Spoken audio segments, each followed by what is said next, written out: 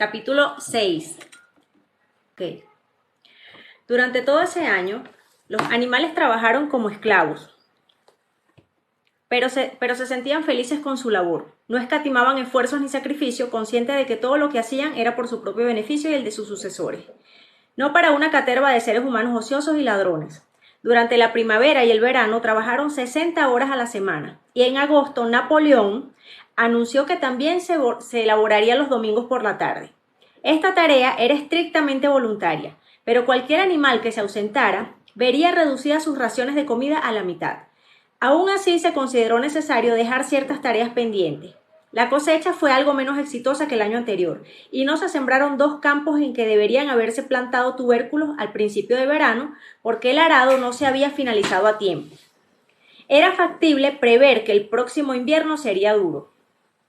El molino de viento presentó dificultades inesperadas. Había una buena cantera de piedra caliza en la granja y se había encontrado mucha arena y cemento en una de las dependencias externas, de modo que contaban con todos los materiales para la construcción. Pero el problema que los animales no pudieron resolver al principio fue cómo romper la piedra en trozos del tamaño adecuado. Parecía que no hubiera forma de hacerlo salvo con picos y barretas, herramientas que ningún animal podía usar, ya que ninguno podía erguirse sobre sus patas traseras. Solo después de semanas de vano esfuerzo, a alguien se le ocurrió la idea acertada de utilizar la fuerza de la gravedad. Enormes rocas demasiado grandes para ser utilizadas en su forma natural yacían a lo largo del lecho de la cantera. Los animales ataron cuerdas alrededor de estas y todos juntos, vacas, caballos, ovejas, cualquier animal que pudiera agarrar la cuerda, incluso los cerdos, que se unían a veces en momentos muy críticos, la arrastraban con desesperante lentitud a través de la pendiente hasta la parte alta de la cantera, donde eran arrojadas por el borde para romperse en pedazos contra el suelo. Transportar las piedras una vez que se habían roto era mucho más sencillo, en comparación al tamaño anterior. Los caballos transportaban en carretas, las ovejas arrastraban bloques individuales, incluso Muriel y Benjamín, que uncían a un viejo carrito de institutriz y cumplían con su parte. A finales de verano se había acumulado una reserva suficiente de piedras y en ese momento se dio inicio a la construcción, bajo la supervisión de los cerdos, por supuesto. Pero era un proceso lento y laborioso. Con frecuencia se necesitaba un día entero de esfuerzo agotador para arrastrar una sola roca hasta la parte superior de la cantera, y a veces cuando se desempeñaba no se rompía. Nada podría haberse logrado sin Púgil, cuya fuerza parecía igualar a la de todos o los demás animales juntos. Cuando la roca comenzaba a deslizarse y los animales gritaban desesperados al verse arrastrados colina abajo, siempre era Púgil quien forcejeaba tirando de la cuerda y detenía la roca. Verlo subir la cuesta centímetro a centímetro con la respiración entrecortada, arañando el suelo con la punta de sus cascos y sus grandes costados empapados en sudor, llenaba a todos de admiración. Trébol le advertía a veces que se cuidara de no esforzarse demasiado, pero Púgil nunca entendía razones. Sus 2 lemas siempre eran iguales: trabajaré con más ahínco y Napoleón siempre tiene la razón. Parecían ser respuestas suficientes a todos los problemas. Había acordado con el gallo que en lugar de media hora antes le llamara 3/4 de hora ahora por las mañanas, y en sus momentos de descanso, los cuales no abundaban últimamente, iba solo a la cantera. Recogía un cargamento de piedras rotas y lo arrastraba sin ayuda hasta el lugar donde estaban construyendo el molino de viento. El verano no transcurrió mal para los animales, a pesar de la dureza de su trabajo. Si no disponían de más comida de la que habían tenido en la época de Jones, al menos no habían disminuido. La ventaja de tener que alimentarse únicamente ellos mismos sin mantener también a 5 seres humanos caprichosos era tan grande que había sido necesarios muchos fracasos para perderla. Y en varios sentidos el método animal de hacer las cosas era más eficiente y ahorraba trabajo. Tareas como el desbrozo, por ejemplo, podría realizarse con una minuciosidad imposible para los seres humanos. Y además, dado que ahora ningún animal robaba, resultaba innecesario cercar los pastos de tierra cultivables, lo cual ahorraba mucho esfuerzo en el mantenimiento de los setos y las puertas. Sin embargo, a medida que avanzaba el verano, comenzaron a hacerse sentir varias carencias imprevistas. Había necesidad de queroseno, clavo, cuerdas, galletas para perros y hierro para las herraduras de los caballos, nada de lo cual podría producirse en la granja. Más tarde, También necesitarían semillas y abonos artificiales, además de diversas herramientas y finalmente la maquinaria para el molino de viento. Nadie era capaz de imaginar cómo se conseguirían. Un domingo por la mañana, cuando los animales se reunieron para recibir sus órdenes semanales, Napoleón anunció que había decidido una nueva medida. De ahora en adelante, la granja de los animales tendría convenio con las granjas vecinas. Por supuesto, no con fines comerciales, sino simplemente para obtener determinados materiales que eran urgentemente necesarios. Las necesidades del molino de viento debían anteponerse a todo lo demás, afirmó. Por tanto, él estaba haciendo los arreglos necesarios para vender un montón de heno y parte de la cosecha de trigo del año en curso. Y más adelante, si fuera necesario, disponer de más dinero. Tendría que compensarse con la venta de huevos, para lo cual siempre había mercado en Willingdon. Las gallinas, dijo Napoleón, debían acoger este sacrificio como su contribución especial a la construcción del molino de viento. Una vez más, los animales fueron conscientes de una vaga inquietud. No tener nunca tratos con seres humanos, no dedicarse al comercio, no tocar el dinero. ¿No eran esas las resoluciones originales aprobadas en la primera reunión triunfal después de la expulsión de Jones? Todos los animales recordaban haber aprobado tales resoluciones, o al menos pensaban que lo recordaban. Los 4 cerditos que habían protestado cuando Napoleón abolió las reuniones alzaron la voz con timidez, pero fueron rápidamente silenciados por un tremendo gruñido de los perros. Entonces, como de costumbre, las ovejas interrumpieron con su balido: 4 patas bueno, 2 patas malo. Y la incomodidad momentánea se suavizó. Finalmente, Napoleón levantó su pezuña para requerir silencio y anunció que ya había dispuesto todos los preparativos. No había necesidad de que ninguno de los animales entrara en contacto con los seres humanos, lo que claramente sería indeseable. Tenía la intención de cargar con toda la responsabilidad sobre sus propios hombros. Un tal señor Whymper, un abogado residente en Willingdon, había aceptado actuar como intermediario entre la granja de los animales y el mundo exterior, y visitaría la granja todos los lunes por la mañana para recibir sus instrucciones. Napoleón terminó su discurso con su habitual grito: «Larga vida a la granja de los animales», y después del canto de bestias de Inglaterra se disolvió la sesión. Más tarde, Chivato hizo su ronda por la granja para tranquilizar a los animales. Recuerden que Chivato era el cerdo chismoso. Más tarde, Chivato hizo su ronda por la granja para tranquilizar a los animales. Le aseguró que la resolución contra el comercio y el uso del dinero nunca se había aprobado, ni siquiera sugerido. Era pura imaginación, probablemente atribuirle en un principio a las mentiras difundidas por bola de nieve. Algunos animales se sentían dudosos, pero Chivato les preguntó con astucia: ¿están seguros de que eso no fue algo que soñaron, camaradas? ¿Tienen algún registro de tal resolución? ¿Está escrita en alguna parte? Y puesto que indubitablemente es cierto que nada del estilo existía por escrito, los animales quedaron convencidos de que se habían equivocado. Todos los lunes el señor Whymper visitaba la granja como habían acordado. Era un hombrecillo de aspecto astuto con grandes patillas, un abogado de poca monta, pero lo suficientemente inteligente como para darse cuenta antes que nadie que la granja de los animales necesitaría un corredor y que las comisiones serían provechosas. Los animales observaban su ir y venir con una especie de pavor y lo evitaban tanto como podían. Sin embargo, la visión de Napoleón a 4 patas dándole órdenes a Whymper, que estaba de pie sobre 2 piernas, despertó su orgullo y los reconcilió en parte con el nuevo arreglo. Sus relaciones con la raza humana ya no eran las mismas que antes. Los seres humanos no odiaban menos la granja de los animales ahora que prosperaba. De hecho, la odiaban más que nunca.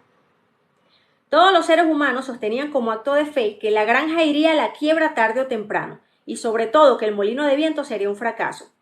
Se reunían en las tabernas y se demostraba mutuamente por medio de los esquemas que dicho molino estaba destinado a derrumbarse, o que si se levantaba nunca funcionaría. Y sin embargo, contra su voluntad, habían desarrollado cierto respeto por la eficiencia con la que los animales manejaban sus propios asuntos. Un síntoma de estos era que había comenzado a llamar a la granja de los animales por su propio nombre y dejaron de fingir que se llamaba granja señorial. También habían abandonado su apoyo a Jones, quien había perdido la esperanza de recuperar su granja y se había ido a vivir a otra parte del condado. Aparte de Whymper, seguía sin haber contacto entre la granja de los animales y el mundo exterior. pero circulaban rumores constantes de que Napoleón estaba a punto de firmar un acuerdo comercial definitivo con el señor Pilkington de Leño Bermejo o con el señor Frederick de Tierra Ardite, pero nunca se hizo notar con ambos simultáneamente. Fue por este tiempo cuando los cerdos se mudaron repentinamente a la casa principal y se establecieron allí. Una vez más, los animales creyeron recordar que en los inicios se había aprobado una resolución en contra de esto, y otra vez pudo convencerlos de que no era el caso. Resultaba absolutamente necesario, dijo, que los cerdos, que eran los cerebros de la granja, dispusieran de un lugar tranquilo para... También era más adecuado para la dignidad del líder, puesto que últimamente había comenzado a referirse acerca de Napoleón bajo el título de líder.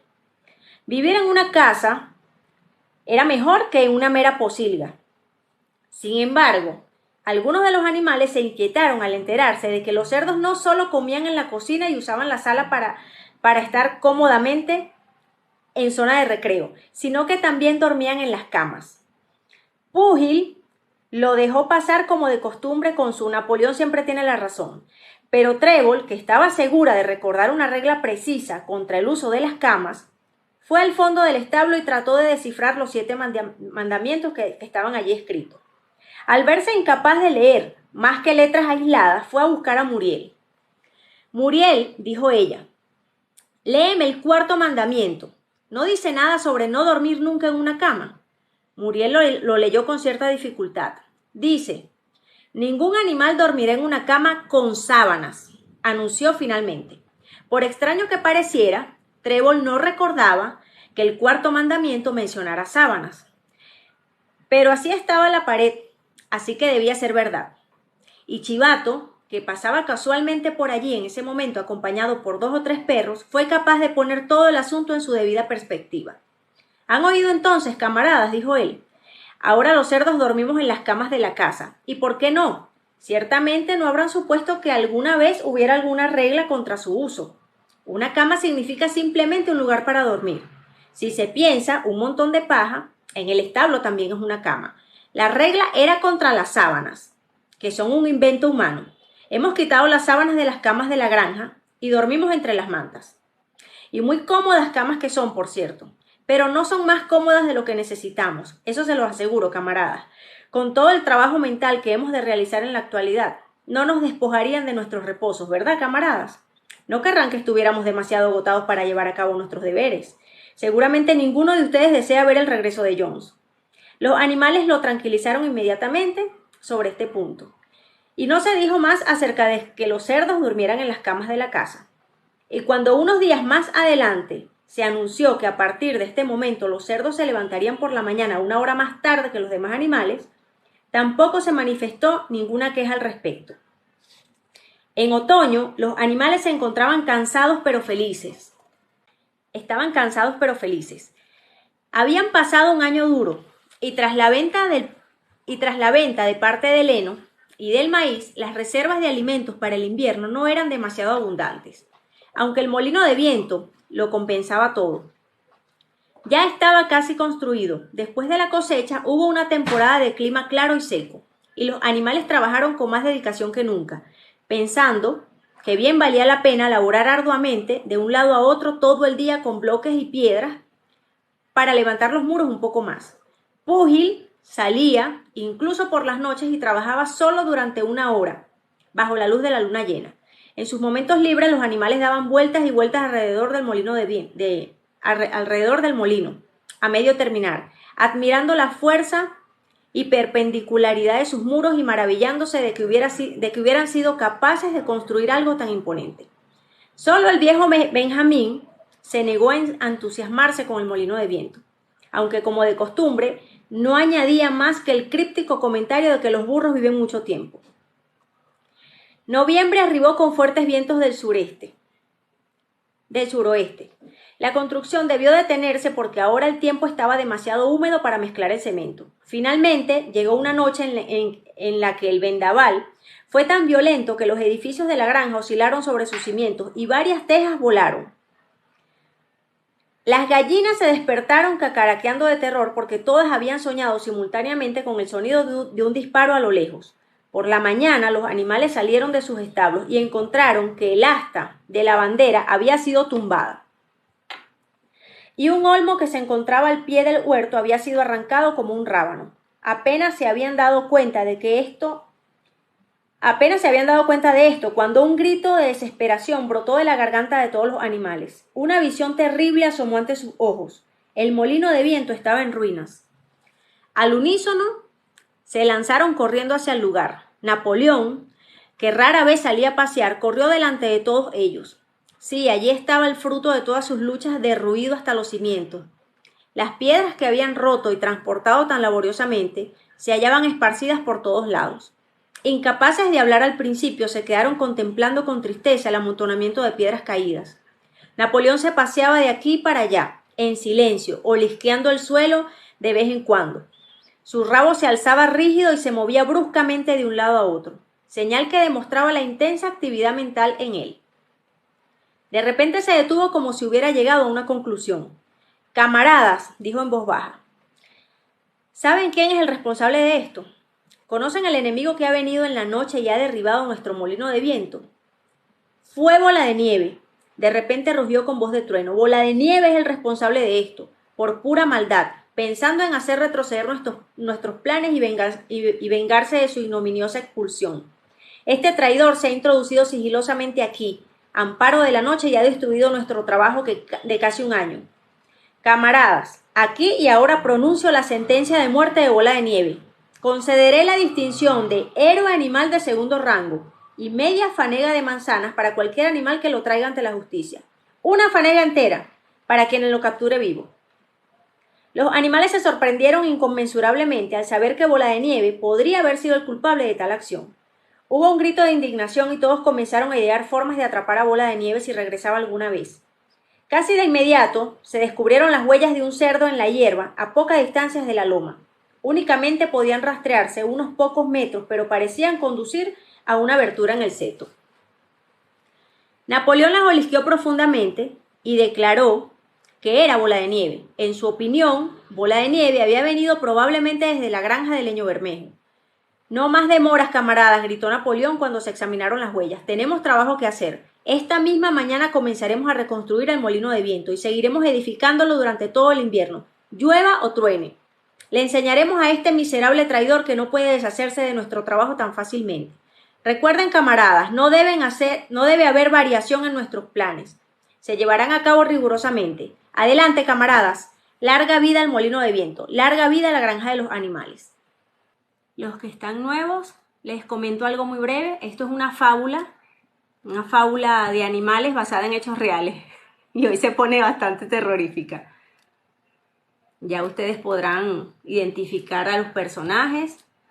Los personajes principales son unos cerdos llamados Bola de Nieve, Napoleón y Chivato.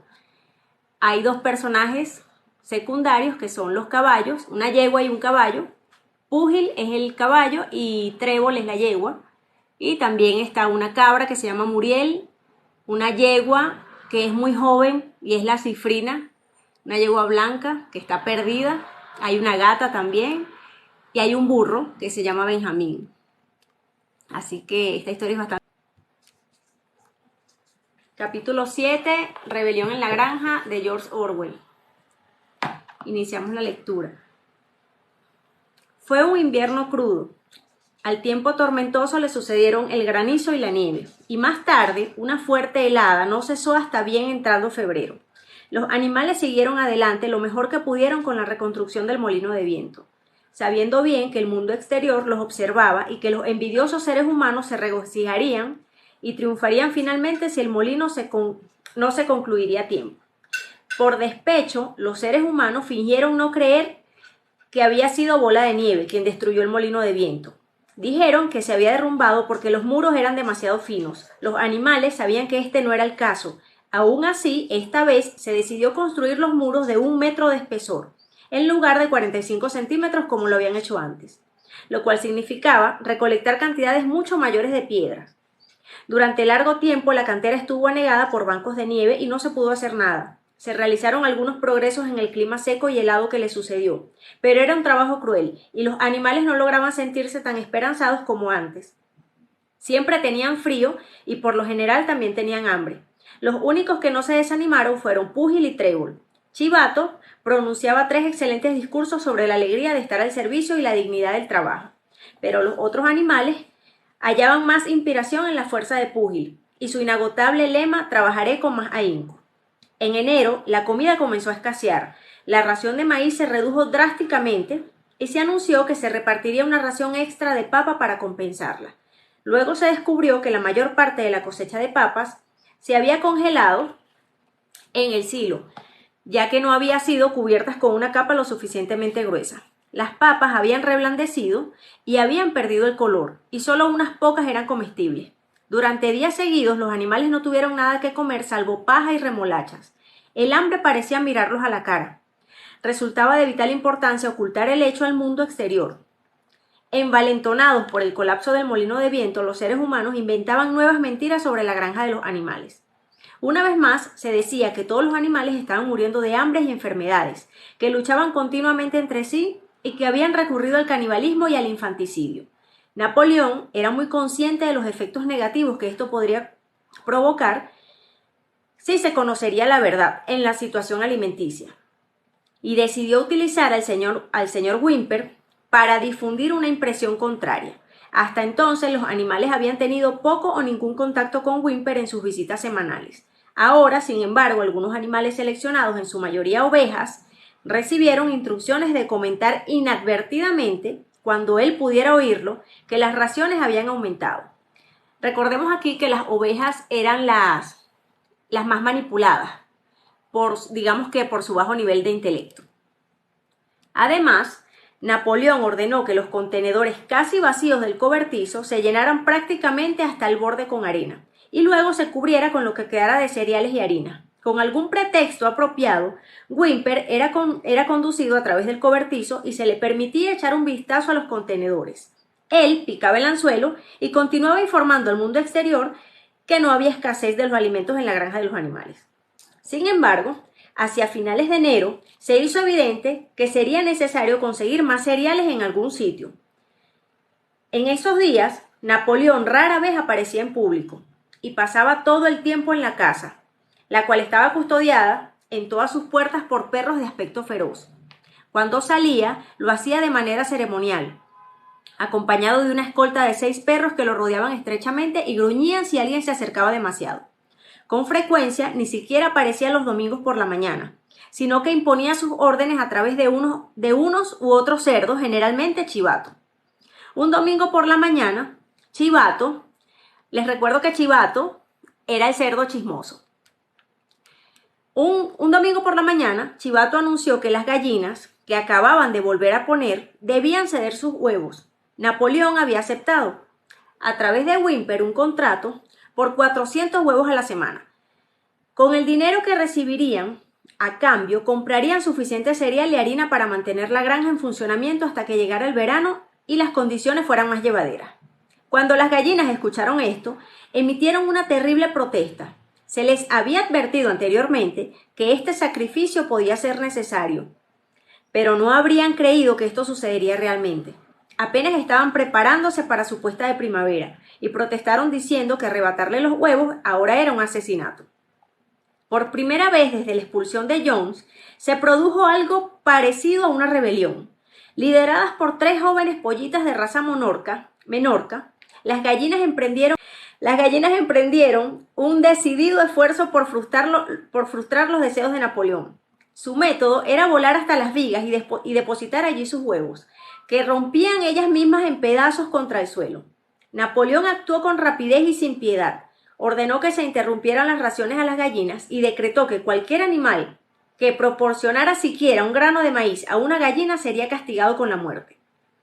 Los perros se encargaron de que estas órdenes se cumplieran. Durante 5 días las gallinas resistieron, luego capitularon y regresaron a sus nidos. Entretanto, 9 gallinas habían muerto. Sus cuerpos fueron enterrados en el huerto y se informó que habían muerto de coccidiosis. Coccidiosis es una enfermedad parasitaria. Whymper no supo nada de este asunto y los huevos fueron debidamente entregados. Una camioneta de reparto iba a la granja una vez por semana para llevárselos. Durante todo este tiempo no se había sabido más de Bola de Nieve. Se rumoraba que se escondía en una de las granjas vecinas, Leño Bermejo o Tierra Arday. Para ese entonces, Napoleón había mejorado ligeramente sus relaciones con el resto de los agricultores. Resulta que había en el patio una pila de madera que había sido almacenada allí hace 10 años, después de talar un hayal. Estaba bien curada y Whymper había aconsejado a Napoleón que la vendiera. Tanto el señor Pilkington como el señor Frederick estaban ansiosos por comprarla. Napoleón dudaba entre los dos, incapaz de tomar una decisión. Quedó patente que cada vez que parecía inclinarse al llegar a un acuerdo con Frederick, se difundían rumores de que Bola de Nieve se escondía en Leño Bermejo, mientras que cuando tendía hacia Pilkington, corría rumores de que Bola de Nieve estaba en Tierra Arday. De repente, a principios de la primavera, se descubrió algo alarmante. Bola de Nieve frecuentaba secretamente la granja al caer la noche. Los animales se perturbaron hasta el punto de que apenas podían dormir en sus establos. Se decía que todas las noches se internaba al amparo de la oscuridad e incurría todo tipo de fechorías. Robaba el maíz, volcaba los cubos de leche, rompía los huevos, pisoteaba los semilleros, arrancaba con sus fauces la corteza de los árboles frutales. Siempre que algo salía mal, era costumbre atribuírselo a Bola de Nieve.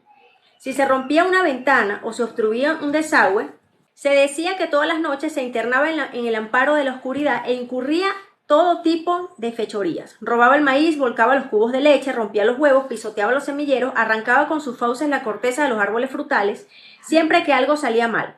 Era costumbre atribuírselo a Bola de Nieve. Si se rompía una ventana o se obstruía el desagüe, no cabía duda de que alguien diría que era Bola de Nieve, que había venido por la noche y había sido el causante, y cuando se perdió la llave del cobertizo, toda la granja estuvo convencida de que Bola de Nieve la había arrojado al pozo. Aunque parezca extraño, lo siguieron creyendo, incluso después que la llave extraviada apareciera debajo de un saco de harina. Las vacas declararon por unanimidad que Bola de Nieve se colaba en sus establos en las noches y las ordeñaba mientras dormía. También se decía que las ratas, que habían causado problemas ese invierno, se habían aliado con Bola de Nieve. Gracias, Omar. Continuamos. Napoleón decretó que debía llevarse a cabo una investigación completa sobre las actividades de Bola de Nieve. Con sus perros presentes, emprendió un cuidadoso recorrido de inspección por todos los edificios de la granja, seguido por el resto de los animales a una distancia respetuosa. A cada pocos pasos, Napoleón se detenía y olisqueaba el suelo en busca de rastros de Bola de Nieve, que según dijo, podía detectarlas por su olor. Aspiró en todos los rincones, en el establo, en el cobertizo, en los gallineros, en el huerto, y encontró rastros de Bola de Nieve por casi todas partes. Apoyaba el hocico en el suelo, inhalaba profundamente y exclamaba con voz terrible: Bola de Nieve ha estado aquí, puedo olerlo claramente. Y al oír el nombre, Bola de Nieve, todos los perros proferían gruñidos espeluznantes y mostraban sus colmillos. Los animales estaban por completo asustados. Les parecía como si Bola de Nieve fuera una especie de influencia invisible que impregnaba el aire a su alrededor y los amenazaba con todo tipo de peligro. Por la noche, Chivato los reunió con una expresión de alarma en el rostro y les dijo que tenía noticias serias que comunicarle. «Camaradas», exclamó Chivato, dando pequeños saltos nerviosos, «se ha descubierto algo terrible. Bola de Nieve se ha vendido a Frederick de Tierra Arday, quien está conspirando ahora para atacarnos y arrebatarnos nuestra granja. Bola de Nieve actuará como su guía cuando comience el ataque, pero hay algo aún peor. Habíamos pensado que la rebelión de Bola de Nieve se debía simplemente a su vanidad y ambición, pero estábamos equivocados, camaradas. ¿Saben cuál era la verdadera razón? Bola de Nieve estuvo siempre aliado con Jones desde el principio. Fue su agente secreto en todo momento. Todo ha sido probado por documentos que no se llevó consigo y que acabamos de descubrir. En mi opinión, esto explica muchas cosas, camaradas. ¿Acaso no vimos por nosotros mismos cómo intentó, afortunadamente sin éxito, provocar nuestra derrota y destrucción en la batalla de la Vaqueriza? Los animales se quedaron estupefactos. Esta era una maldad por parte de Bola de Nieve que superaba con creces la destrucción del molino de viento. Pero transcurrieron algunos minutos de que pudieran asimilarlo por completo. Todos recordaron o creyeron recordar cómo habían visto a Bola de Nieve cargar delante de ellos en la batalla de la Vaqueriza. Cómo él los había exhortado y alentado en todo momento y cómo no había cejado ni un instante, incluso cuando los perdigones del arma de Jones le habían herido en el lomo.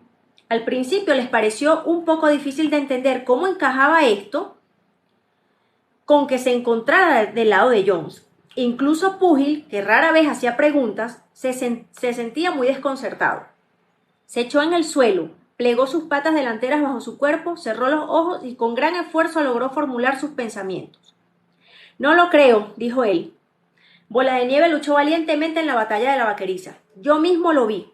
¿Acaso no le concedimos la distinción de héroe animal de primer rango inmediatamente después? Ese fue nuestro error, camarada, porque ahora sabemos, y todo está escrito en los documentos que hemos encontrado, que en realidad intentaban conducirnos a nuestra perdición. Pero estaba herido, dijo Púgil. Todos lo vimos sangrar. Eso era parte del arreglo, gritó Chivato. El disparo de Jones solo lo rozó. Podría mostrártelo en sus propios escritos si pudieras leerlo. El plan de Bola de Nieve era en el momento crítico dar la señal de huida y dejar en el terreno al enemigo. Y estuvo a punto de lograrlo. Diré incluso, camaradas, que lo ha logrado si no hubiera sido por nuestro heroico líder, el camarada Napoleón. ¿No recuerdan cómo justo en el momento en que Jones y sus hombres habían entrado en el patio, Bola de Nieve se dio la vuelta y huyó repentinamente y muchos animales lo siguieron? ¿Y no recuerdan también que fue justo en ese momento cuando el pánico se extendía y todo parecía perdido, que el camarada Napoleón se lanzó hacia adelante con el grito de muerte a la humanidad y hundió sus dientes en las piernas de Jones? ¿Seguro que eso no lo recuerdan? Seguro que eso lo recuerdan, camaradas, exclamó Chivato brincando de lado a lado. Ahora que Chivato describía la escena de manera tan gráfica, a los animales les refrescaba la memoria. En todo caso, recordaban que en el momento crítico de la batalla, Bola de Nieve se había dado la vuelta para huir, pero Púgil todavía se sentía un poco intranquilo. No creo que Bola de Nieve fuera un traidor al principio, dijo finalmente. Lo que ha hecho desde entonces es diferente, pero creo que en la batalla de la Vaqueriza se comportó como un buen camarada. Nuestro líder, el camarada Napoleón, anunció Chivato, hablando muy lenta y firmemente, ha declarado categóricamente, repito, categóricamente, camarada, que Bola de Nieve fue cómplice de Jones desde el principio. Sí, y desde mucho antes que se concibiera la rebelión. Ah, eso es diferente, admitió Púgil. Si el camarada Napoleón lo dice, debe ser cierto.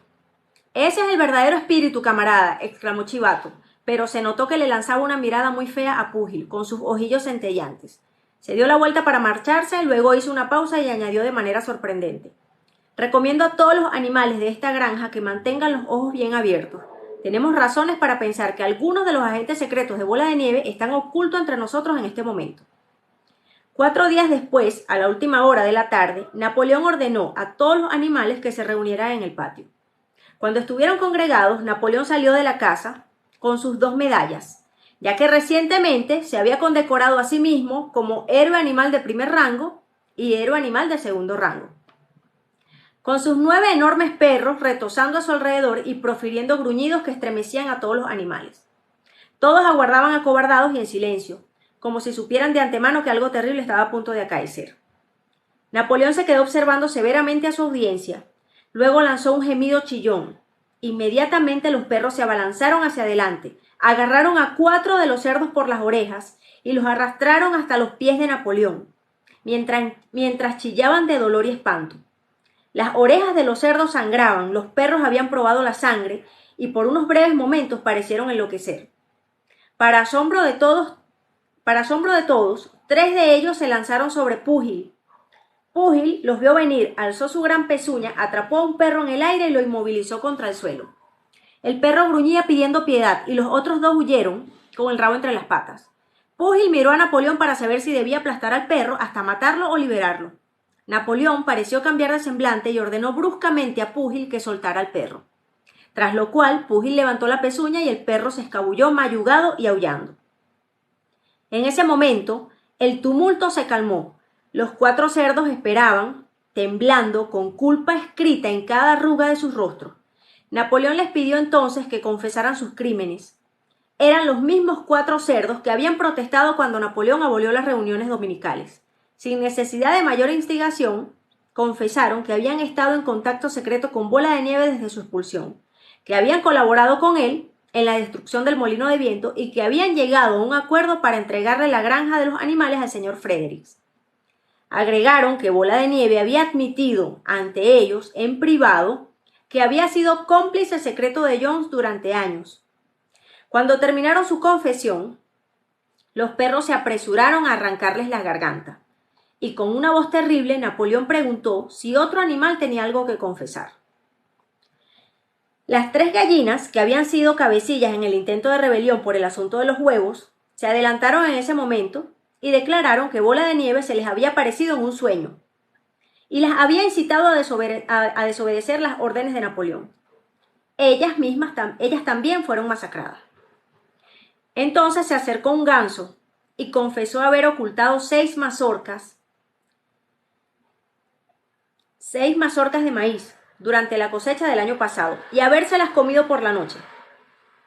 Luego, una oveja confesó haber orinado en el abrevadero, instada a hacerlo según afirmó ella por Bola de Nieve, y otras ovejas confesaron haber acabado con un viejo carnero, un seguidor especialmente devoto de Napoleón, persiguiéndolo alrededor de una hoguera cuando él estaba aquejado por la tos.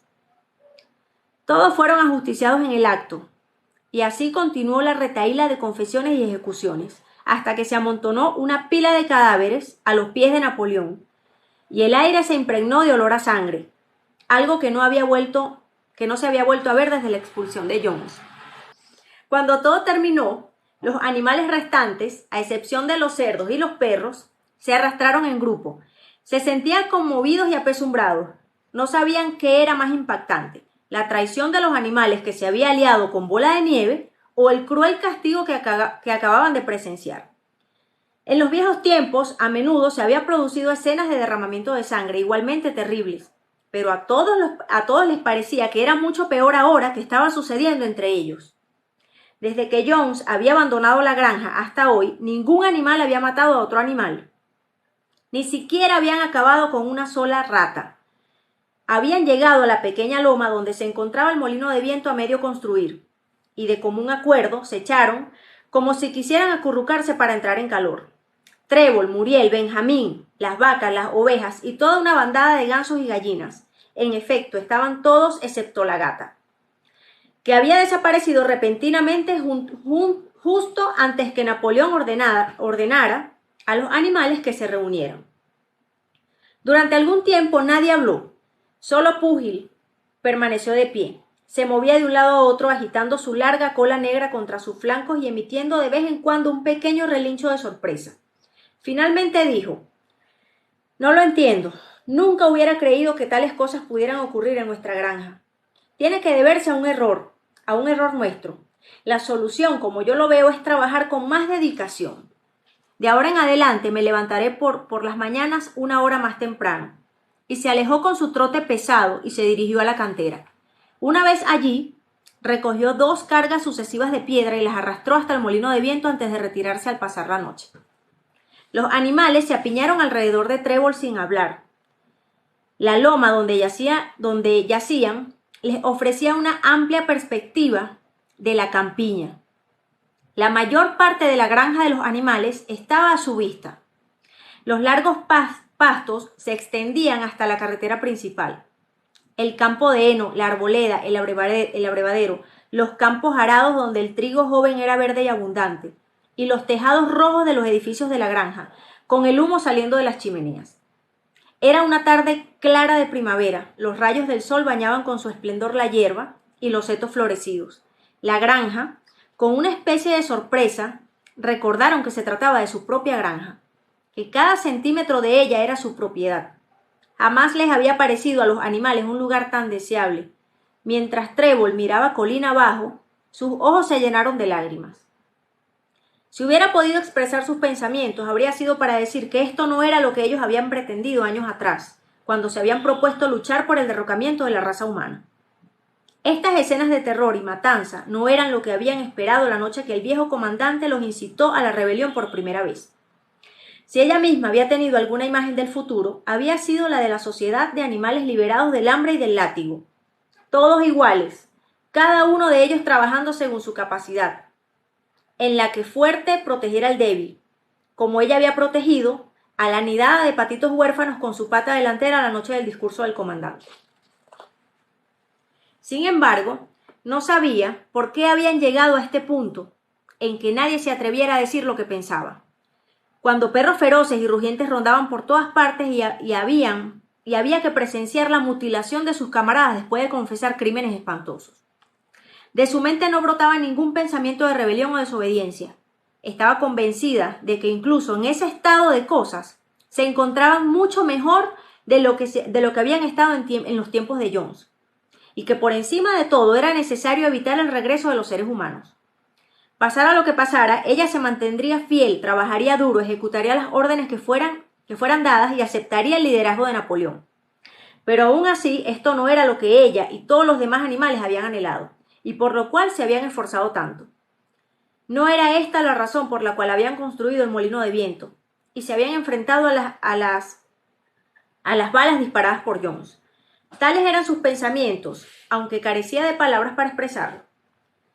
Por fin, sintiendo que podía sustituir de esta manera las palabras que no lograba encontrar, comenzó a cantar Bestias de Inglaterra. Los otros animales que estaban sentados alrededor se unieron a ella y cantaron 3 veces, muy armoniosamente, pero lenta y tristemente, de una manera en la que nunca antes habían cantado. Acababan de terminar de cantarla por 3ª vez, cuando Chivato, acompañado por 2 perros, se les acercó con aires de tener algo importante que decir. Anunció que mediante un decreto especial del camarada Napoleón, Bestias de Inglaterra había sido abolida. De ahora en adelante estaba prohibido cantarla. Los animales se sorprendieron. ¿Por qué?, gritó Muriel. Ya no es necesario, camarada, respondió Chivato con rigidez. Bestias de Inglaterra fue la canción de la rebelión. Pero la rebelión se ha completado. La ejecución de los traidores esta tarde ha constituido el acto final. El enemigo, tanto externo como interno, ha sido derrotado. En Bestias de Inglaterra expresamos nuestro anhelo de una sociedad mejor para los días venideros. Pero esa sociedad ya se ha establecido. Claramente esa canción carece ahora de propósito. A pesar de los asustados que estaban, posiblemente algunos de los animales hubieran protestado, pero en ese momento las ovejas comenzaron con su habitual balido de 4 patas buenos, 2 patas malos, el cual se prolongó durante varios minutos y puso fin a la discusión. De modo que Bestias de Inglaterra no se escuchó más. En su lugar, Ínfimo era el cerdo que apareció luego, que era poeta. Ínfimo, el poeta, había compuesto otra canción que comenzaba así: granja de los animales, nunca sufrirás por mí otros males. Y así se cantaba todos los domingos por la mañana después de izar la bandera. Pero en cierto modo a los animales no les pareció nunca que la letra ni la melodía estuvieran a la altura de Bestias de Inglaterra. Capítulo 8, Rebelión en la granja, de George Orwell. Pocos días después, el terror causado por las ejecuciones hubo cesado. Algunos de los animales recordaron o creyeron recordar que el 6º mandamiento decretaba: ningún animal matará a otro animal. Y aunque nadie se atrevía a mencionarlo, al oído de los cerdos o los perros, sentían que las matanzas que habían tenido lugar no cuadraban con esto. Trébol le pidió a Benjamín que le leyera el 6º mandamiento, y cuando Benjamín, como de costumbre, dijo que se negaba a inmiscuirse en tales asuntos, fue a buscar a Muriel. Recuerdan que Muriel era la cabra que también sabía leer, poco pero sí leía, y Benjamín era el burro. Entonces, como de costumbre, dijo que se negaba a inmiscuirse en tales asuntos. Fue a buscar a Muriel. Muriel le leyó el mandamiento, el cual rezaba ahora: ningún animal matará a otro animal, sin motivo. De una forma u otra, las 2 últimas palabras se habían borrado de la memoria de los animales, pero ahora comprobaban que el mandamiento no había sido violado, puesto que claramente había una buena razón para matar a los traidores que se habían aliado con Bola de Nieve. A lo largo del año, los animales trabajaron incluso con más dedicación que el año anterior. Reconstruir el molino de viento con los muros 2 veces más gruesos que antes y terminarlos en la fecha señalada, junto con las tareas habituales de la granja. Era una labor tremenda. Hubo momentos en los cuales los animales parecía que trabajaban más horas y no se alimentaban en la mejor época de Jones.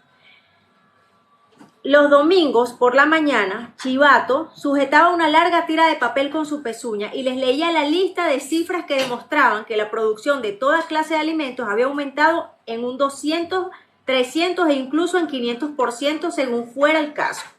Los animales no veían ninguna razón para creerlo, especialmente porque ya no podían recordar con mucha claridad cómo habían sido las condiciones antes de la rebelión. De todos modos, había días en que hubieran preferido tener menos estadísticas y más comida. Ahora todas las órdenes se emitían a través de Chivato u otros cerdos. Napoleón era visto en público máximo una vez cada 15 días. Cuando aparecía, estaba escoltado no solo por su séquito de perros, sino también por un gallo negro que marchaba frente a él. Y actuaba como una especie de trompetista, dejando escapar un fuerte kikiriki antes de que Napoleón hablara. Se rumoraba que incluso dentro de la casa que Napoleón habitaba en las estancias separadas de los demás. Consumía su comida solo, con 2 perros que lo atendían, y lo hacía siempre en la vajilla Crown Derby, que había estado guardada en el aparador de cristal del salón. También se anunció que todos los años se dispararía la escopeta en el cumpleaños de Napoleón, así como en los otros 2 aniversarios. Nunca se hablaba de Napoleón simplemente como Napoleón. Se le proclamaba siempre con la formalidad como nuestro líder, el camarada Napoleón y otros atributos. Y a los cerdos les gustaba siempre inventarle títulos como padre de todos los animales, terror de la humanidad, protector del redil, amigo de los patitos y cosas por el estilo. En sus discursos, Chivato hablaba mientras las lágrimas le rodaban por sus mejillas, de la sabiduría de Napoleón, la bondad de su corazón y el profundo amor que sentía por todos los animales y todos los lugares, incluso y especialmente por los infelices que aún vivían en la ignorancia y en la esclavitud de otras granjas. Se había vuelto habitual responsabilizar a Napoleón por cada logro exitoso y golpe de buena fortuna. A menudo se oía una gallina comentar a otra: bajo la dirección de nuestro líder, el camarada Napoleón, he puesto 5 huevos en 6 días. O a 2 vacas disfrutando de un trago en el abrevadero, exclamando: gracias a la guía del camarada Napoleón, esta agua tiene mejor sabor, está excelente. El sentimiento general en la granja quedaba bien expresado por un poema titulado Camarada Napoleón, compuesto por Ínfimo, el cual decía así: amigo de los huérfanos, fuente de felicidad, señor de la basofia, oh cómo se incendia mi alma cuando contemplo tu beldad, ojo apacible e imponente, sol que se oculta en el poniente, camarada Napoleón, tú eres el dador de todo lo que las criaturas podrían amar, panza llena 2 veces al día, paja limpia para rodar. Ya sea grande o pequeña, cada bestia duerme en su establo en paz, pues tú nos custodias a todos, camarada Napoleón. Si yo tuviera un lechón, antes de que haya crecido tanto como una botella o un rodillo, él aprendería a ser fiel y honesto contigo. Sí, y su primer chillido sería camarada Napoleón. Napoleón aprobó este poema e hizo que se inscribiera en la pared del establo principal, en el extremo opuesto a los 7 mandamientos. Estaba rematado por un retrato de Napoleón de perfil, ejecutado en pintura blanca por Chivato. Mientras tanto, a través de la agencia de Whymper, Napoleón estaba involucrado en las complicadas negociaciones con Frederick y Pilkington. La pila de madera, que aún estaba sin vender, de los 2, Frederick era el más ansioso por hacerse con ella, pero no ofrecía un precio razonable. Al mismo tiempo llegaron nuevos rumores de que Frederick y sus hombres estaban conspirando para atacar la granja de los animales y destruir el molino de viento, cuya construcción les había despertado furiosos celos. Se sabía que Bola de Nieve seguía merodeando en Tierra Ardai. A mediados del verano, los animales se alarmaron al escuchar las 3 gallinas que habían confesado que, inspiradas por Bola de Nieve, habían entrado en un complot para asesinar a Napoleón. Fueron ejecutadas de inmediato y se tomaron nuevas precauciones para la seguridad de Napoleón.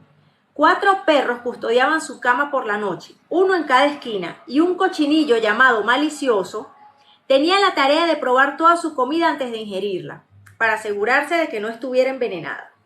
Casi al mismo tiempo se dio a conocer que Napoleón había acordado vender la pila de madera al señor Pilkington. También iba a establecer un acuerdo regular para el intercambio de ciertos productos entre la granja de los animales y Leño Bermejo. Las relaciones entre Napoleón y Pilkington, aunque solo llevaban a cabo a través de Whymper, eran ahora prácticamente amistosas. Los animales desconfiaban de Pilkington como ser humano, pero lo preferían mucho a Frederick, a quien le temían y odiaban por partes iguales. A medida que avanzaba el verano, el molino de viento se acercaba a su terminación. Los rumores de un inminente ataque a traición se acrecentaron cada vez más. Se decía que Frederick tenía la intención de asaltarlos con 20 hombres armados con escopetas y había sobornado a los jueces y a la policía. De modo que si alguna vez lograba hacerse con los títulos de la propiedad de la granja de los animales, no habría preguntas. Además, se filtraban historias terribles de Tierra Ardite acerca de las crueldades de Frederick que Frederick practicaba con sus animales. Había azotado a un caballo viejo hasta matarlo, no daba de comer a sus vacas, había asesinado a un perro y lo había arrojado al horno. Por las noches se divertía haciendo pelear a los gallos con cuchillas atadas en sus espuelas. A los animales les hervía la sangre de rabia cuando se enteraban de que se les hacían estas cosas a sus camaradas. Y a veces clamaban que se les permitiera salir en grupo y atacar a Tierra Ardite, expulsar a los humanos y liberar a los animales. Pero Chivato les aconsejó que evitaran acciones precipitadas y confiaran en la estrategia del camarada Napoleón.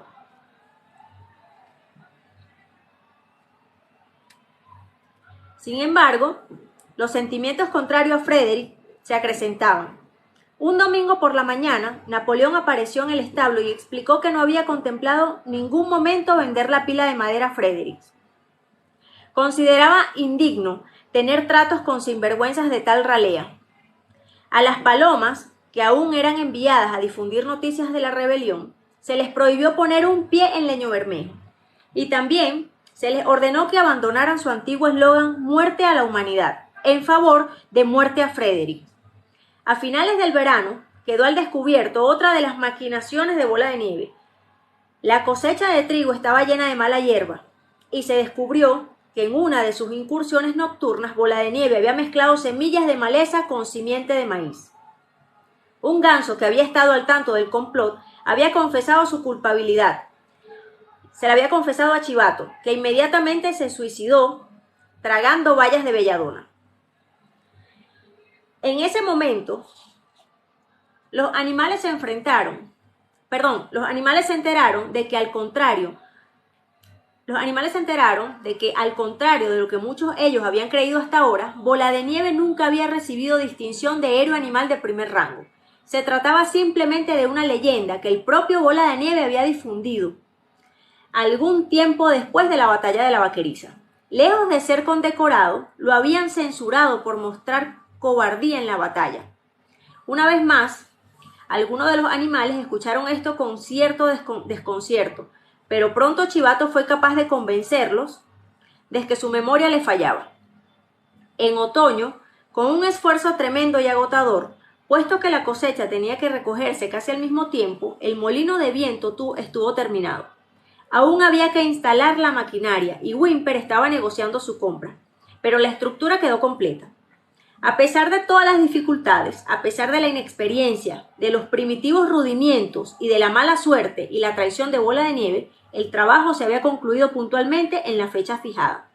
Cansados pero orgullosos, los animales daban vueltas y vueltas en torno a su obra maestra, que parecía aún más hermosa a sus ojos que cuando se construyó por primera vez. Además, las paredes eran 2 veces más gruesas que antes. Esta vez únicamente se la derribarían explosivos. Y cuando pensaban en cómo habían trabajado, qué desalientos habían superado y la enorme diferencia que provocaría en sus vidas cuando las aspas giraran y los dinamos se pusieran en marcha, cuando pensaban en todo esto, el cansancio los abandonaba y daban vueltas y vueltas alrededor del molino de viento, lanzando gritos de euforia. El propio Napoleón, acompañado por sus perros y sus gallos, acudió a inspeccionar la obra terminada. Felicitó personalmente a los animales por su hazaña y anunció que el molino se llamaría Molino de Napoleón.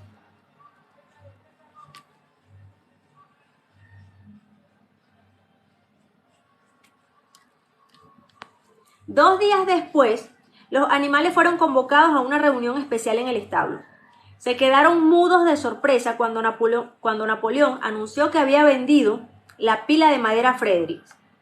Al día siguiente llegarían las carretas de Frederick y empezarían a llevársela. durante todo el periodo de su aparente amistad con Pilkington, Napoleón había estado realmente en acuerdo secreto con Frederick. Todas las relaciones con Leño Bermejo se habían roto. Se había enviado mensajes insultantes a Pilkington. A las palomas se le había dicho que enviaran a Tierra Ardai y que cambiaran su lema de muerte a Frederick por muerte a Pilkington. Al mismo tiempo, Napoleón aseguró a los animales que las historias de un inminente ataque a la granja de los animales eran completamente falsas y que lo que se contaba sobre la crueldad de Frederick hacia sus propios animales había sido muy exagerado. Todos estos rumores los habían originado probablemente Bola de Nieve y sus compinches. Ahora parecía que Bola de Nieve, después de todo, no se escondía en Tierra Ardai, y de hecho nunca había estado allí en su vida. Según se decía, vivía con todo lujo en Leño Bermejo, y en realidad había estado beneficiándose de Pilkington durante años. Los cerdos se sentían extasiados por la astucia de Napoleón. Al haber simulado su amistad con Pilkington, había obligado a Frederick a aumentar el precio en 12 libras. Pero la superioridad intelectual de Napoleón, dijo Chivato, se demostraba en el hecho de que no confiaba en nadie, ni siquiera en Frederick. Frederick había querido pagar la madera con algo llamado cheque, que al parecer era un trozo de papel con una promesa de pago escrita en él. Pero Napoleón era demasiado inteligente para él. Había exigido el pago en billetes reales de 5 libras, que debían entregarse antes de que se retirara la madera. Frederick ya había pagado, y la suma que había abonado era suficiente para comprar la maquinaria del molino de viento. Mientras tanto, la madera se trasladaba a gran velocidad. Cuando toda se hubo transportado, se llevó a cabo otra reunión especial en el establo para que los animales inspeccionaran los billetes de Frederick. Sonriendo, beatíficamente y luciendo sus 2 condecoraciones, Napoleón se recostó sobre un lecho de paja en la plataforma, con el dinero a su lado, cuidadosamente apilado en un plato de porcelana de la cocina de la casa. Los animales desfilaron lentamente y miraron hasta saciarse, y Púgil acercó el hocico para oler los billetes, y su aliento hizo que se agitaran y crujieran los endebles papelillos blancos. 3 días después se produjo un alboroto terrible. Whymper subió a toda prisa por el sendero con el rostro mortalmente pálido y montado en su bicicleta. La arrojó al patio y corrió directamente a la casa principal. Instantes después, un rugido ahogado de rabia sonó desde las estancias de Napoleón. La noticia de lo que había sucedido se propagó por la granja como un incendio. Los billetes eran falsos. Frederick había conseguido la madera a cambio de nada. Napoleón recurrió a los animales inmediatamente y con una voz terrible pronunció la sentencia de muerte sobre Frederick. Cuando fuera capturado, dijo, lo hervirían vivo. Al mismo tiempo les advirtió que después de ese acto traicionero era de esperar lo peor. Frederick y sus hombres podrían llevar a cabo su tan esperado ataque en cualquier momento. Se apostaron centinelas en todos los accesos de la granja. Además, se enviaron 4 palomas a Leño Bermejo con un mensaje conciliador, que se esperaba pudiera restablecer las buenas relaciones con Pilkington. A la mañana siguiente se produjo el ataque. Los animales estaban desayunando cuando los vigías llegaron a toda prisa con la noticia de que Frederick y sus seguidores ya habían atravesado la puerta de la enrejada. Con toda valentía los animales salieron a su encuentro, pero esta vez no disfrutaron de la victoria fácil que habían conseguido en la batalla de la Vaqueriza. Habían 15 hombres, de los cuales media docena portaba escopetas, y abrieron fuego en cuanto estuvieron a 50 metros. Los animales no pudieron hacer frente a los terribles estallidos y los lacerantes perdigones, y a pesar de los esfuerzos de Napoleón y Púgil por alentarlos, pronto retrocedieron. Varios de ellos ya estaban heridos, se refugiaron en los edificios de la granja y se asomaban cautelosamente por las grietas y los agujeros.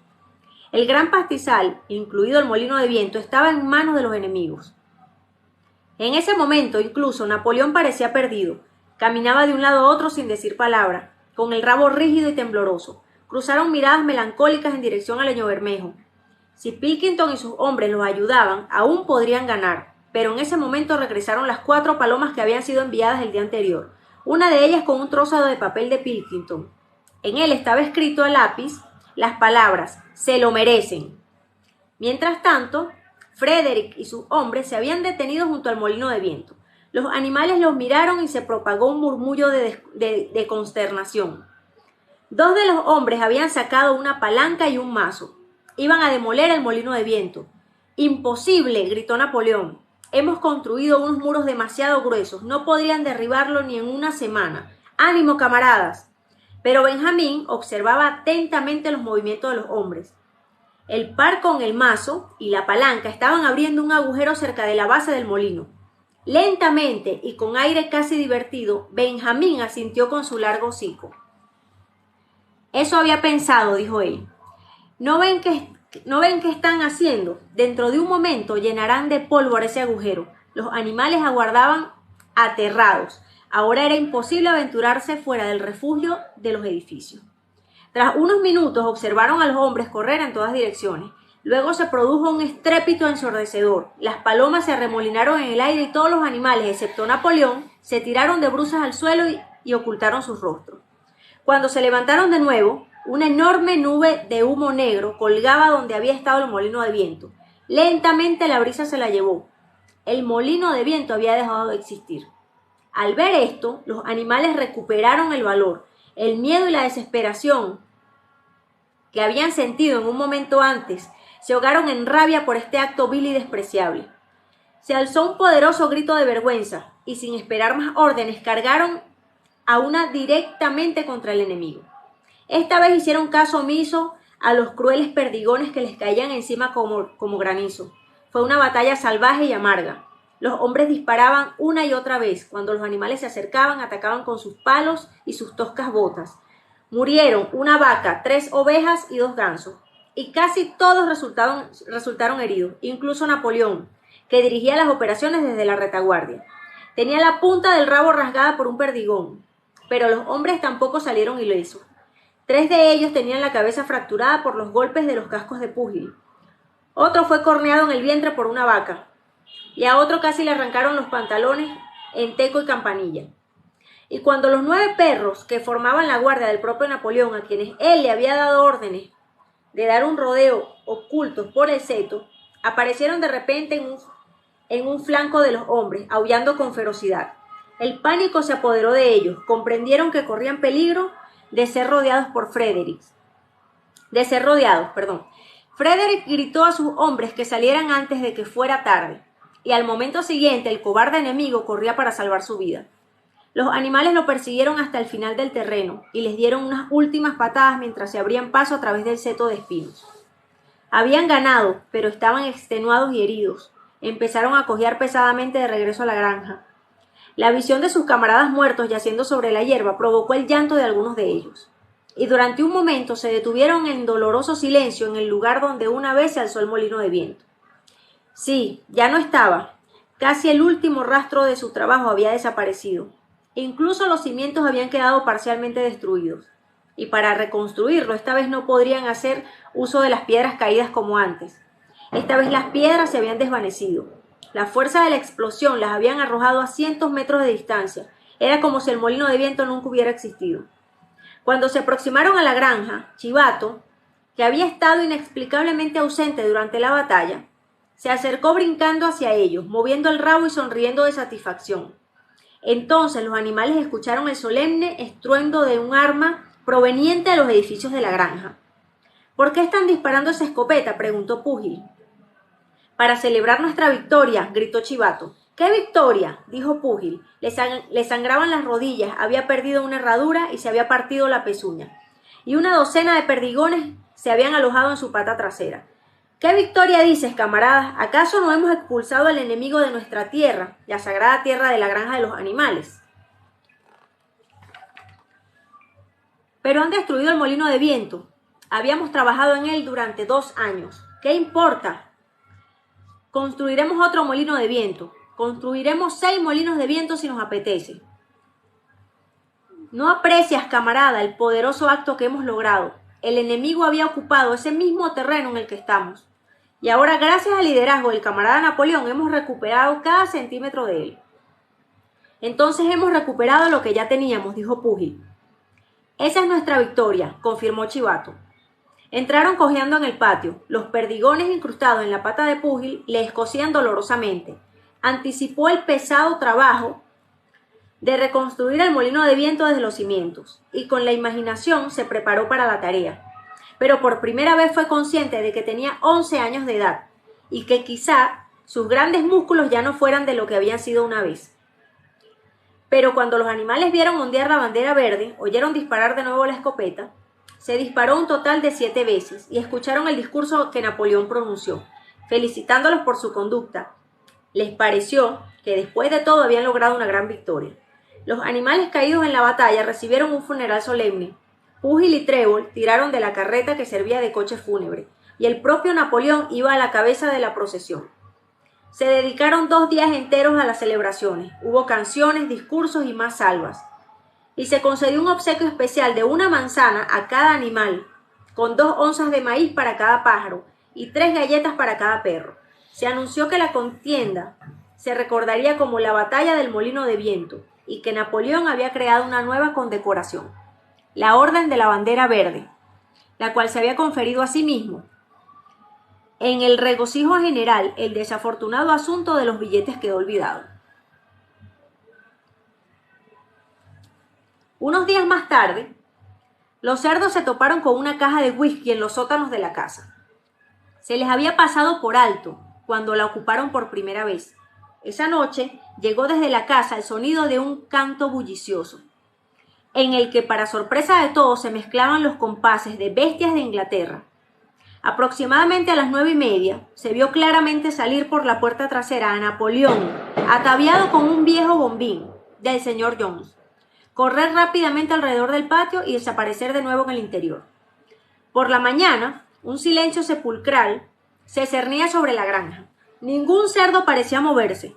Eran casi las 9 en punto cuando Chivato hizo su aparición, caminando lenta y abatidamente, con los ojos apagados y el rabo colgándole sin fuerza, y con la completa apariencia de estar gravemente enfermo. Reunió a los animales y les dijo que tenía una noticia terrible que comunicarles. El camarada Napoleón se estaba muriendo. Se elevó un grito de aflicción. Esparcieron paja frente a las puertas de la granja y los animales caminaron de puntillas. Con las lágrimas en los ojos se preguntaban unos a otros qué podrían hacer si perdieran a su líder. Corrió el rumor de que Bola de Nieve, después de todo, se las había ingeniado para envenenar la comida de Napoleón. A las 11, Chivato salió para hacer otro anuncio. Como último acto sobre la tierra, el camarada Napoleón había pronunciado un solemne decreto. El consumo de alcohol debía ser castigado con la muerte. Sin embargo, al anochecer, Napoleón parecía encontrarse algo mejor, y a la mañana siguiente, Chivato pudo confirmarles que estaba en vías de recuperación. Esa misma tarde, Napoleón había reanudado el trabajo, y al día siguiente se supo que había dado instrucciones a Whymper para que comprara unos folletos sobre la elaboración de cerveza y la destilación. Una semana más tarde, Napoleón dio órdenes de que se arara el pequeño potrero que había al otro lado del huerto, el cual se había destinado inicialmente a zona de pastoreo para los animales, cuya edad de trabajar hubiera pasado. Se comunicó que el pastizal estaba agotado y que era necesario volver a sembrarlo, pero pronto se supo que Napoleón tenía la intención de sembrarlo con cebada. Por esa época ocurrió un extraño incidente que casi nadie logró entender. Una noche, alrededor de las 12, hubo un fuerte estruendo en el patio y los animales salieron corriendo de sus establos. Era noche de luna llena. Al pie de la pared del fondo del establo principal, donde estaban escritos los 7 mandamientos, había una escalera partida en 2. Chivato, momentáneamente aturdido, estaba tendido junto a ella, y cerca había un farol, una brocha y un bote de pintura blanca volcado. Los perros rodearon inmediatamente a Chivato y lo escoltaron de regreso a la casa tan pronto como pudo caminar. Ninguno de los animales logró formarse una idea de lo que esto significaba, excepto el viejo Benjamín, que asintió con el hocico con aire de complicidad y pareció entender, aunque no dijo nada. Pero unos días después, Muriel, leyendo los 7 mandamientos para sí misma, notó que había otro más que los animales le recordaban erróneamente. Había pensado que el 5.º mandamiento era: ningún animal beberá alcohol. Pero habían olvidado 2 palabras. En realidad, ahora el mandamiento decía: ningún animal beberá alcohol en exceso. Capítulo 9. La pezuña partida de Púgil tardó mucho en curarse. Habían comenzado la reconstrucción del molino de viento al día siguiente, que se terminaron las celebraciones de la victoria. Púgil se negó a tomarse siquiera un día libre y convirtió en una cuestión de honor evitar que se viera que estaba sufriendo mucho. Por las noches admitía en privado a Trébol que la pezuña le preocupaba mucho. Trébol trató la herida con cataplasma de hierbas masticadas y tanto a ella como a Benjamín lo instaron para que trabajara menos. Los pulmones de un caballo no duran para siempre, le dijo, pero Púgil no atendía razones. Decía que a él solo le quedaba una ambición real, ver el molino de viento en marcha antes de que alcanzara la edad de la jubilación. Al principio, cuando se formularon las leyes de la granja de los animales, la edad de la jubilación se había fijado en 12 años para los caballos y los cerdos, en 14 para las vacas, en 9 para los perros, en 7 para las ovejas y en 5 para las gallinas y gansos. Se habían acordado copiosas pensiones de vejez. Hasta el momento, ningún animal se había jubilado con pensión, pero últimamente el tema se había discutido cada vez más. Ahora que el pequeño terreno al otro lado del huerto había sido reservado para cultivar cebada, se rumoraba que un rincón del gran pastizal sería vallado